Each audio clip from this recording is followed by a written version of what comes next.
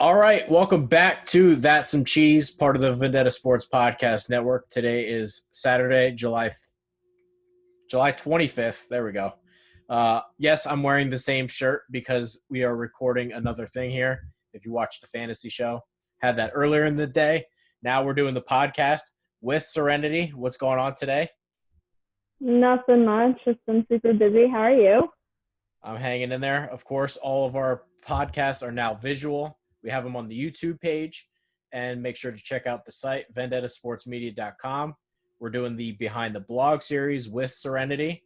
I guess my first question here is, how does it feel to be the first intern of our site? Pretty good, I guess. I love working for Vendetta. I love all the people that we work with.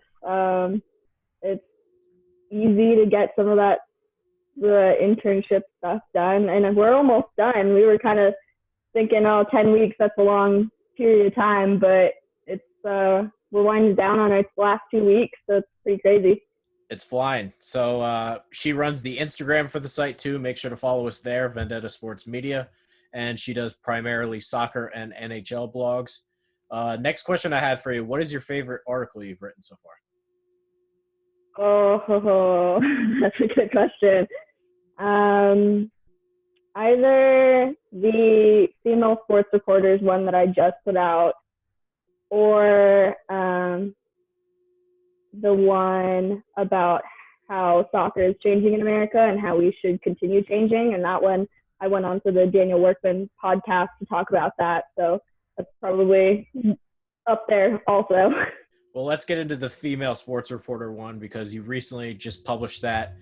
Obviously, I can't speak on that stuff, but as a female in the sports media world, what's it like? Maybe go and explain your sort of experiences, what made you write the post, and everything that went behind it.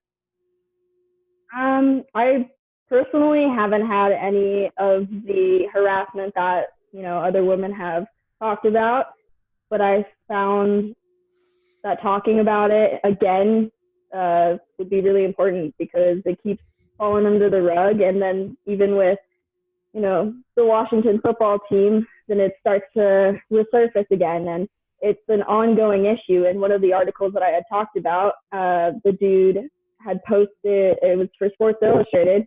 He had all of these women attesting to sexual harassment during their job. And then he had to republish it again in 2017 with more accounts of women. So this issue keeps going. And I know that it's hard to get respect in this field because it's such a male-dominated field.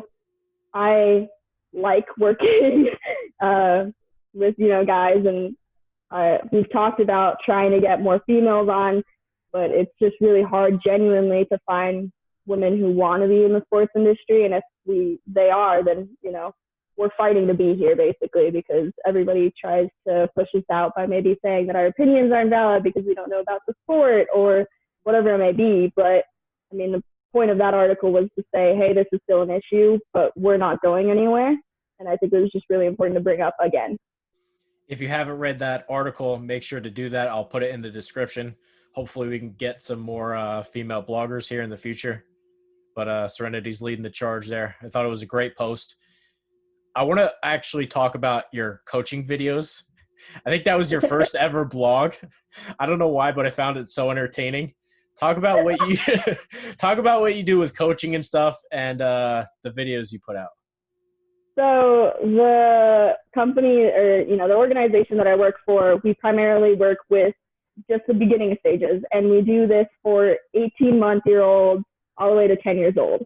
Our babies, we work on just coordination and making sure that they're trying to learn like hand-eye coordination or foot coordination, and it's just re-emphasizing those movements for them. But as they get older, we make sure to go over, the technical side of dribbling or passing or shooting. But our job is to prep them in order to go into leagues. And so in that video, that very first one, I'm doing like our soccer sprouts warm up, which is just our typical warm up that we do from our baby's age to, about our 6 to 7 year old class. And we wanted to be able to put that out there while all of the quarantine and pandemic is going on, because we know that our kids are still missing soccer, and we wanted to be able to provide them a way to do it at home easily.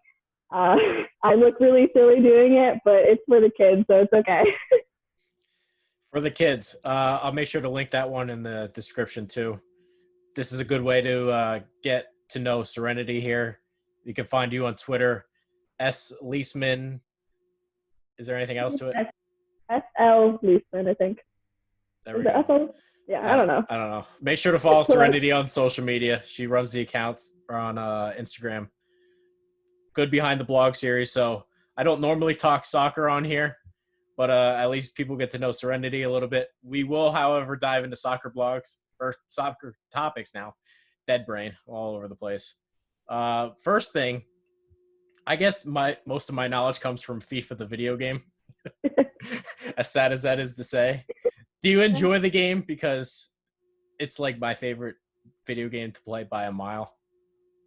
I love playing. However, I'm horrible at playing almost any video game. It's the same with Call of Duty. I love playing that game, but I know that I'm horrible at it, but I'll play anyways. My dad hates playing with me though. He can't play FIFA with me because he's just so over it because I can't do anything.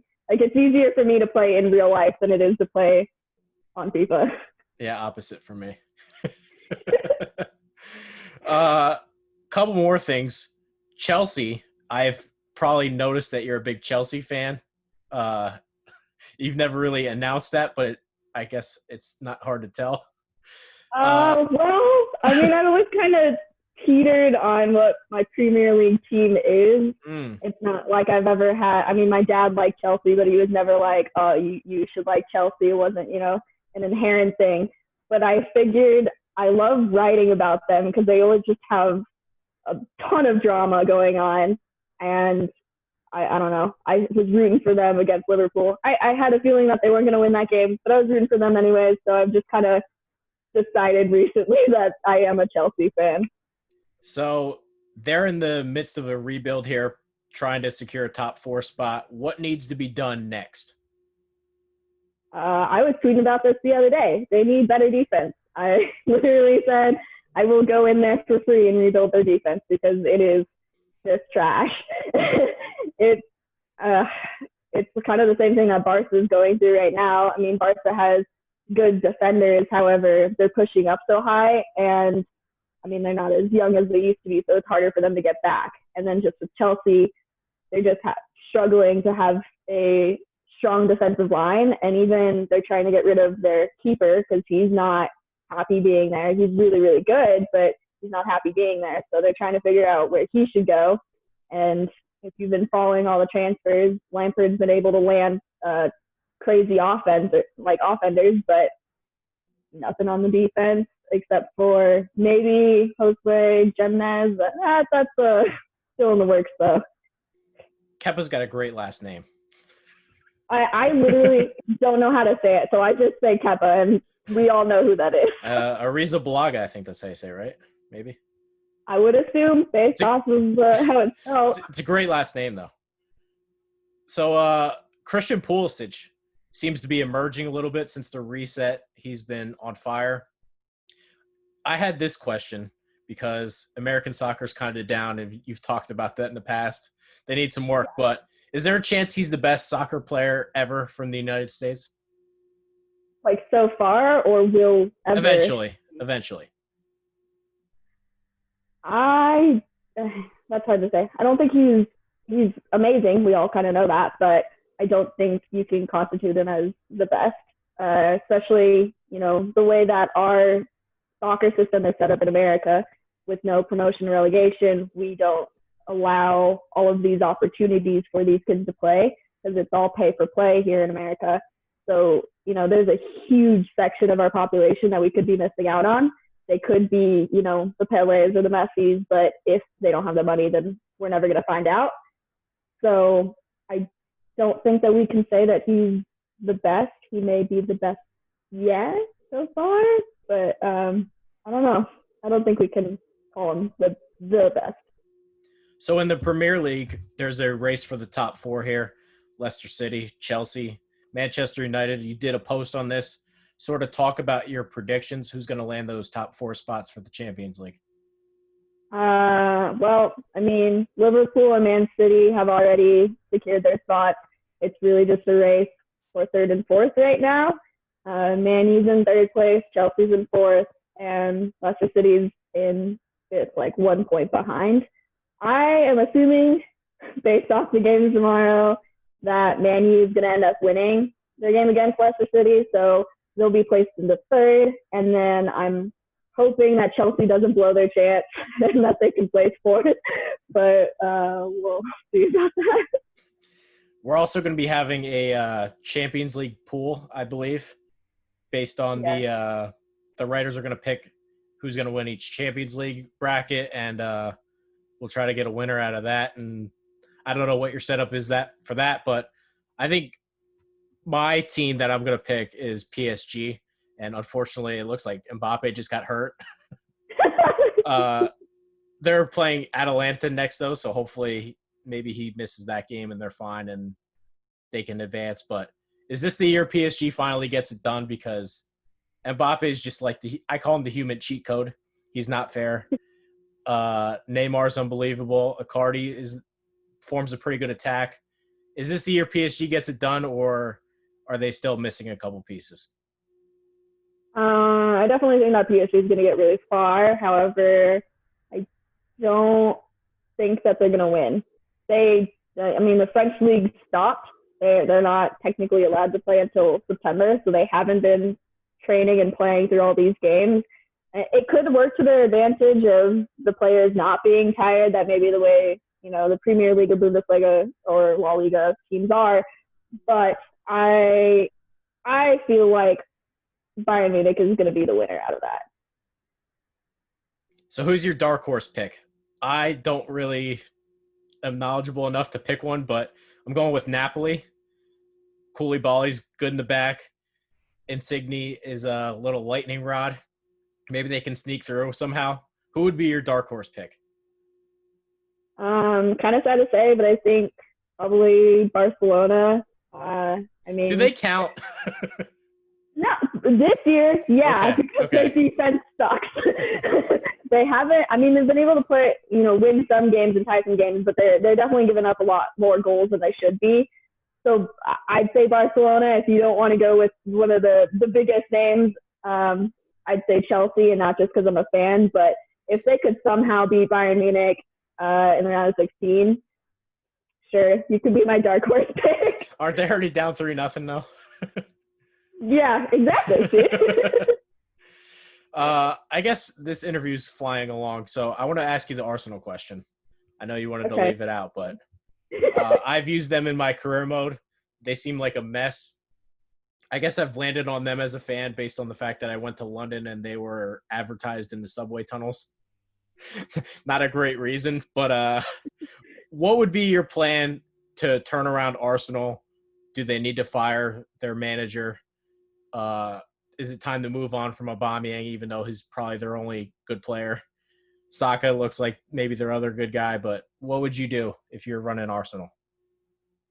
I think Aubameyang is still going to stay, especially with Saka and how they've been playing recently, just the two of them. I don't think he's going to leave because, everybody was saying he's going to leave, but I don't think so. I don't think we should get rid of Arteta, but he needs to speed up on the rebuilding process because, they placed fifth last year in Premier League, and now they're in 10th and struggling to be, in ninth place or anything higher. So they definitely got to put some work into that. I don't know the exact answer of how to rebuild that, but they need to figure it out. All right, that's all I had. Do you have any questions for me? Are you ready for trivia? NFL trivia. I'm ready. I'm ready to defend that title. So that should be next. I will get this interview uploaded, but Serenity, thanks again. Make sure to follow her on Twitter. But I enjoyed this. Yeah, I did too. Thank you for having me. No problem. And, of course, this will be on YouTube. I will release the audio version That will go on Spotify. Make sure to follow Serenity Liessmann on Twitter. And thank you guys for watching. We'll see you next time.